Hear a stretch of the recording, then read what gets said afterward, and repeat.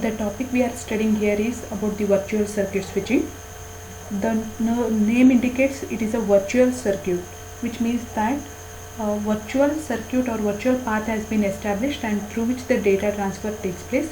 It is apart from circuit switching, and so it is going to take some part from circuit switching, such as establishment of path, but the path is not the physical one, it is a virtual path.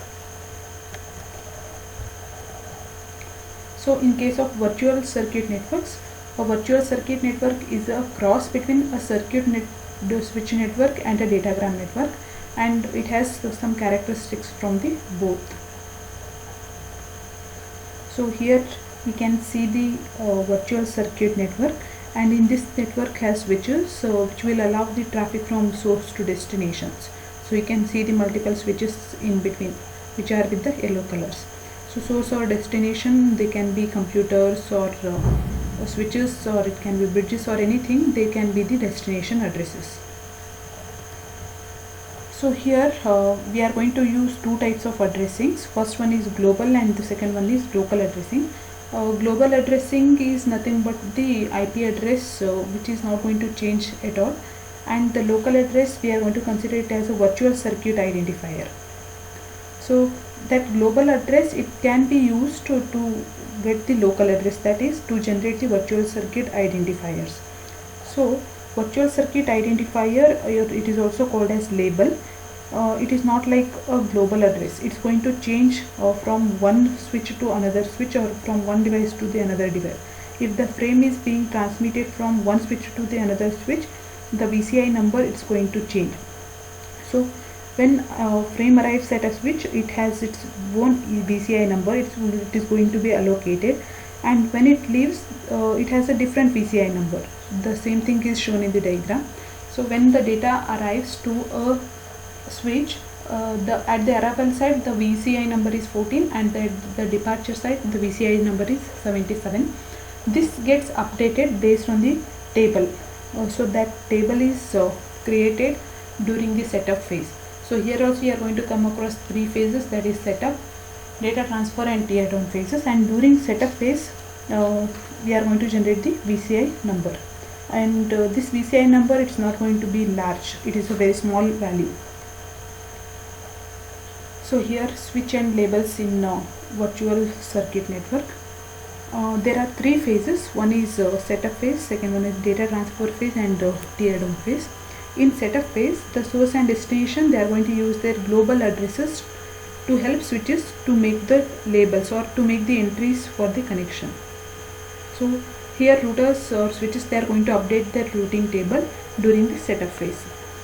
And in tear down phase, so the source and destination, they are going to inform the switches to delete that entry, and during data transfer phase, just the normal communication or exchange of data occurs. So in case of data transfer phase, to transfer the frame from source to destination, all switches they need to have a table entry of the virtual circuit. That is the table, it will have 4 columns, and they have been indicated already in diagram. That is 2 for incoming and 2 for outgoing thing, and they are written as port numbers and VCI numbers.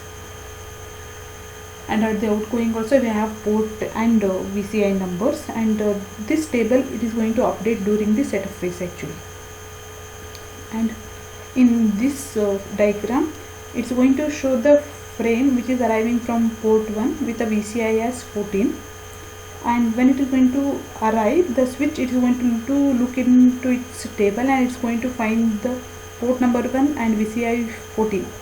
When it has a port number 1 and VCI 14, it will be forwarded to port number 3, and VCI will be replaced by the next VCI number, that is 22.